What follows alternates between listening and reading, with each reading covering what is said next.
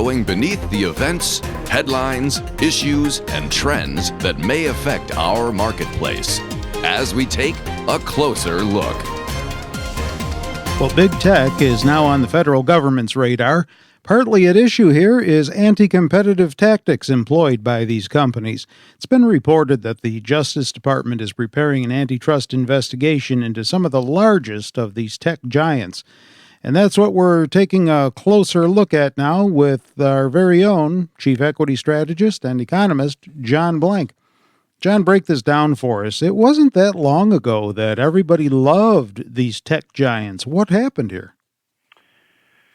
Well, Terry, first of all, we should start off with the enforcement is going to happen on two levels. One, the Federal Trade Commission, the FTC, which will look into Amazon and Facebook, and the other is the Department of Justice, which will look into Apple and Google. So the point of this whole thing is to get fair competition. And these laws, starting in 1890 with the Sherman Act, then going to 1914 with the Clayton Act, put down the framework that is underway. So what is going on here? First off, you have Google, which the Justice Department says Google favors its own products in search results. So Google is faced with this. They've already been fined in the past.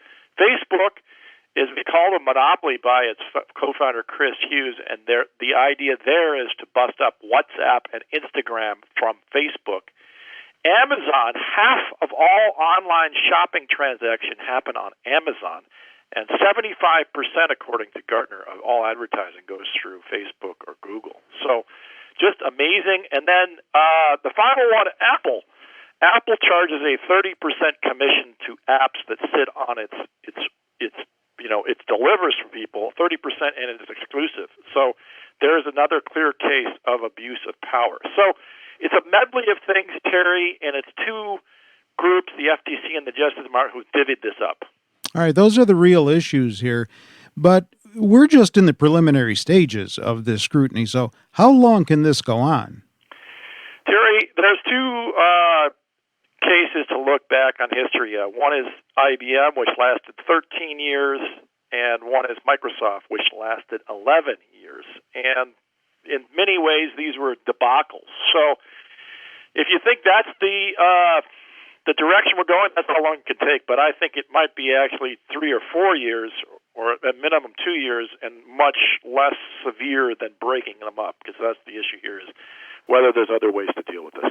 Now, if this leads to full-blown complaints or lawsuits, one of the biggest punishments could be multi-billion-dollar fines if a company is found guilty of anti-competitive behavior. What do you see the likelihood of that happening as?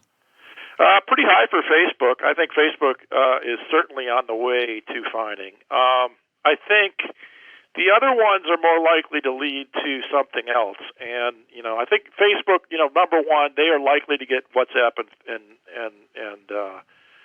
Instagram hived off, and they're likely to face punishment. Apparently there's 92 companies this Facebook bought in the last 10 or 12 years, and they shut down 39 of them, Terry. So this guy who runs Facebook is clearly a breach of many, many things, and this is probably going to lead to fines there. And did I hear correctly a moment ago that you don't think the likelihood is too high of these big tech companies actually getting broken up as a result of the investigations? Past Facebook, no, I don't think the other ones are going to be easily broken up. It's just too hard. I think, for example, you can see bundling issues arriving with Amazon Prime. You can see some injunctions put in place on use of apps on Apple, and you can see some tough negotiations and rules set up for how Google runs its search businesses. But hiving off, for example, Google from YouTube, they both certainly can stand alone, but there would be no added competition there. These big technology companies, John, are large U.S. economic drivers up to now. Do these investigations have the potential to slow down that momentum? Well, the thing we got here is a Wall Street story, which is they already put the momentum into these stocks by bundling so many companies into them over the decades. So, the FANG idea, you basically, as M&A guys, you just go and pitch deals to these groups and build up the earnings and the revenues through mergers and acquisitions over decades. And so, this is just one of the ways we got to mega caps, one of the ways we got to this consolidation, and it's going to be the same path out of the divest of them all. So, it all gets back to the way Wall Street works and how they make money for people.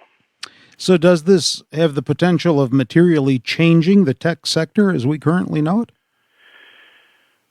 Changing is a word that is unlikely to, reach. I think changing in the technological sense will far speed past this whole ordeal. So I would think change will happen regardless, and new competitors will rise regardless, and these groups can actually be beaten. We've seen this with IBM and Microsoft.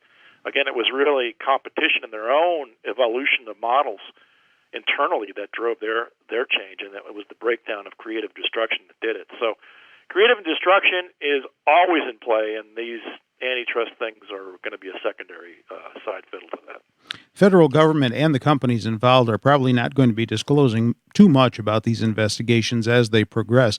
So are investors just going to have to live with this cloud over these companies for the time being? The simple answer is yes. I think that's the answer. Litigation and investigations take time, and it's going to be years of time, and these are well-funded companies. They will litigate, and they will defend themselves. So, you can be guaranteed this is going to be a cloud over these companies for the next 2 years at least. And I'll go back to the point that I opened with. These companies were allowed to get as big as they are right now. And given that, now comes this new development about potential breakup, even though you don't think that that's where it's going. Does this make for kind of a bizarre situation surrounding these big tech companies?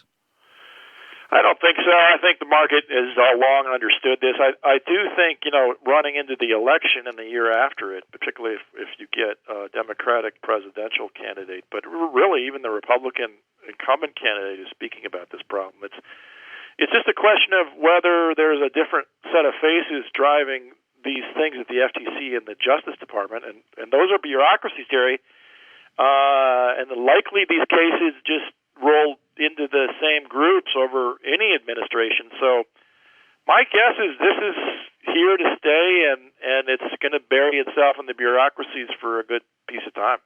Well, bizarre or not, I'm sure one thing is true. There are going to be future interesting developments in this story to take a closer look at. With John Blank. And with John, I'm Terry Ruffalo.